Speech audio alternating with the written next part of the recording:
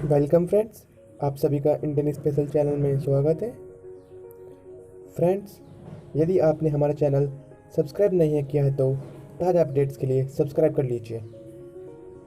दोस्तों, आज हम देखेंगे कि यूएन महासभा में इमरान खान ने भारत के खिलाफ क्या भाषण दिया। Now, I just briefly want to make the people understand how can anyone do something like this? And for that, I have to explain to you what is RSS. RSS, Mr. Narendra Modi is a life member of RSS.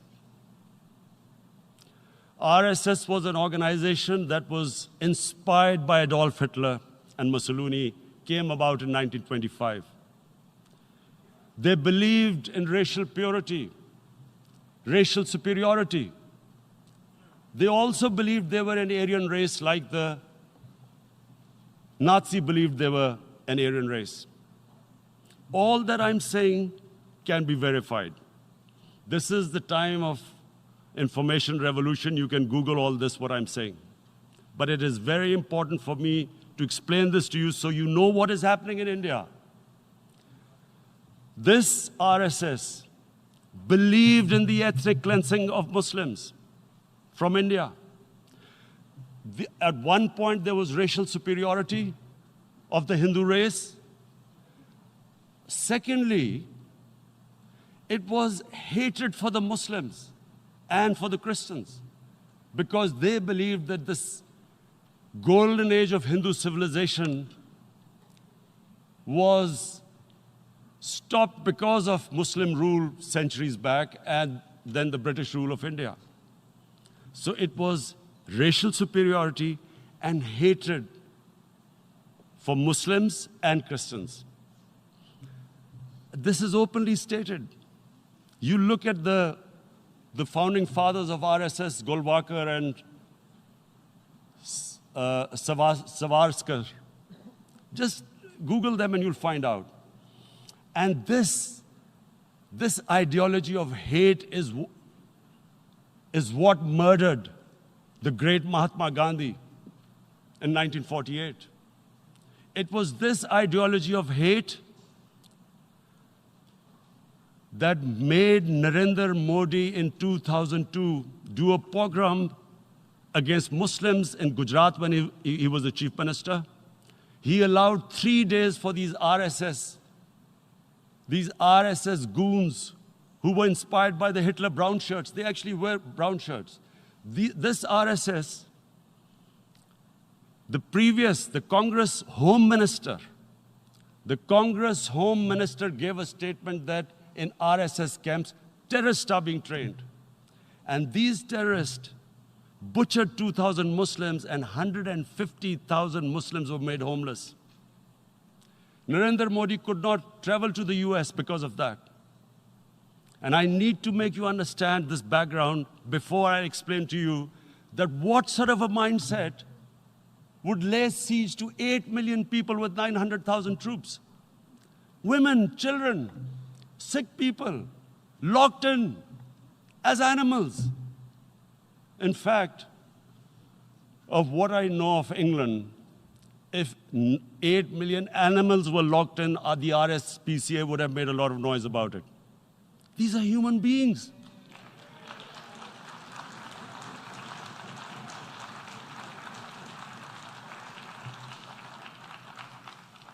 And Mr. President, what comes with racial superiority, these illusions of Aryan superior race, is arrogance. The two go together. And it's arrogance that makes people make mistakes and do stupid things, cruel things like what Narendra Modi has done. It's sheer arrogance. And it's arrogance that has blinded him from the fact that what is going to happen when the curfew is lifted? Has he thought about it? This hasn't been thought through. What is he going to do when he lifts the curfew? Does he think that people of Kashmir will quietly accept the status quo because India has changed the constitution and taken away the special status? They'll accept that?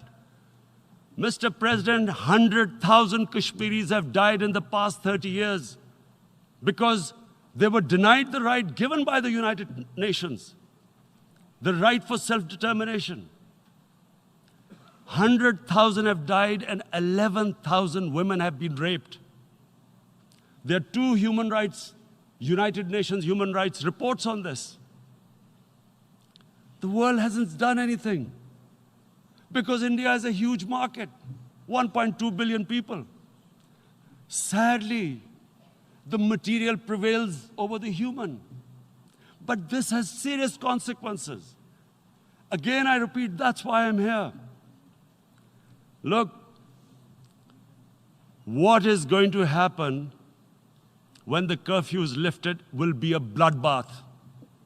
The people will come out. There are 900,000 troops there. They haven't come to, as Narendra Modi says, he's done this for prosperity of Kashmir. This is supposed to be for the development. These 900,000 troops, what are they going to do when they come out? There'll be a bloodbath. Has he thought it through what happens then? Mr. President, has anyone thought that what happens when there is a bloodbath? What do you think the impact will have on people of Kashmir?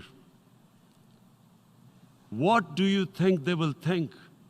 The way they have been boxed in their houses, treated like worse than animals, no rights. Thousands of all the political leadership has been arrested, taken out of Kashmir. Even those Kashmiri leaders who were pro-India have been taken out. 13,000 boys have been picked up and taken to God knows which destinations. So what do they think? What will the people of Kashmir do when they lift the curfew? They will be out in the streets. And what will these soldiers do? They will shoot them. They've already used pellet guns, blinded young boys. In the last 6 years, the 5 years, the oppression that has gone on in Kashmir. And so, Kashmiris will be further radicalized. Mr. President, there will be another Pulwama. And guess what? India will blame us. They're already blaming us. They're saying all this is happening because of Pakistan. One of their defense ministers said, there are 500 terrorists lined up on the border to go in. Why would Pakistan send 500 terrorists when there are 900,000 troops? What impact are they going to make? What will they do? And why don't we know that the moment there is some terrorist attack, all that will happen is there'll be further cruelty and oppression of the people of Kashmir. We will just give the 900,000 troops to further crush the people of Kashmir. And then we'll give the Indian government an excuse that, look, Pakistan is a terrorist state, and this mantra that has gone on, Islamic terrorism. The moment you use this catchword, Islamic terrorism, the whole world turns away. No one talks about human rights. You can do whatever you want, which is what has happened in Kashmir, because they keep using this word, Islamic terrorism. And this is what they're doing right now. What do we benefit from further increasing the cruelty on the people of Kashmir? And why would we want this? But there is no other narrative left for India. As when they lift the curfew, whatever happens, Pakistan will be blamed, and there is always a danger of another Pulwama. They might come and bomb us again, and then another cycle might start. And what does Narendra Modi think? That 180 million Muslims of India are thinking right now. Aren't they watching these Kashmiris stuck inside for 55 days they've been stuck in? Aren't they watching? What do you think? Don't you think that the Muslims will be radicalized in India, and I'm talking about 180 million people. And when they get radicalized, there will be some incident in India somewhere down the line. Again, we will be blamed. And I'm warning you right now, again, we will be blamed. And Mr. President, what about 1.3 billion Muslims who are watching this? And they know that it is only happening in Kashmir because they're Kashmiri Muslims. This is not happening to Kashmiri Hindus. They know that this is happening because of their religion. So what do you think they will be thinking? What do you think the Jewish community would think if there were, forget 8 million, 8,000 Jews stuck like this? What do you think Europeans would think? What do we think? I mean, any human community, if their members are stuck like that, what do you think they will think? Are we a children of a lesser God? Is it not going to cause us pain? And then I'll tell you what will happen. People will, in the 1.3 billion Muslims, someone will pick up arms. I know we've been brought up with films, Western films. This good, decent guy doesn't get justice. He decides to pick up a gun and start seeking justice. There was a film made in New York, famous film called Death Wish. This guy gets mugged by and his family, his wife gets killed or something. He can't get justice. He picks up a gun and he goes around shooting muggers. And the whole cinema cheers him on. So what do you think the Muslims are thinking right now? If there is a bloodbath, there will be Muslims becoming radicals, not because of Islam, but because of what they will see, that there's no justice when it comes to Muslims. There were Rohingya Muslims, Myanmar, who are, God knows, almost 1 million people out, ethnic cleansing. What was the response of the world community? So what do you think will be the response of 1.3 billion Muslims? I picture myself. I'm in Kashmir. I've been locked up for 55 days. I have heard about, and there are rapes, Indian Army going into homes, soldiers. Would I want to live this humiliation? Would I want to live like that? I would pick up a gun. You're forcing people. You are forcing people into radicalization. When people lose the will to live, what is there to live for? And this is what, if you can do this to human beings, you are actually radicalizing people. And so, Mr. President, I want to repeat here, this is one of the most critical times. There will be a reaction to this. Pakistan will be blamed. 2 nuclear-armed countries will come face to face like we came in February.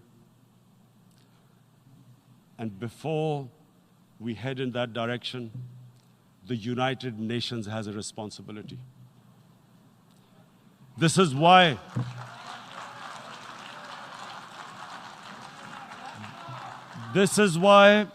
the United Nations came into being in 1945.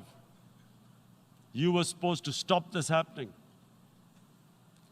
I feel we are back to 1939, Munich.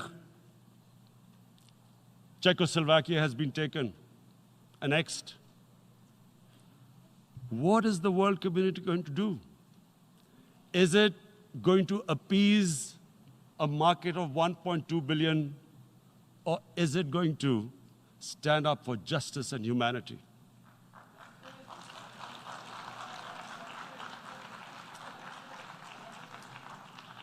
If this goes wrong, you hope for the best, but be prepared for the worst. if a conventional war starts between the two countries, Mr. President, if a conventional war starts, and anything could happen, but supposing a country 7 times smaller than its neighbor is faced with the choice, either you surrender or you fight for your freedom till death, what will we do? I ask myself this question. And my belief is, La ilaha illallah, there is no God but one. And we will fight. And when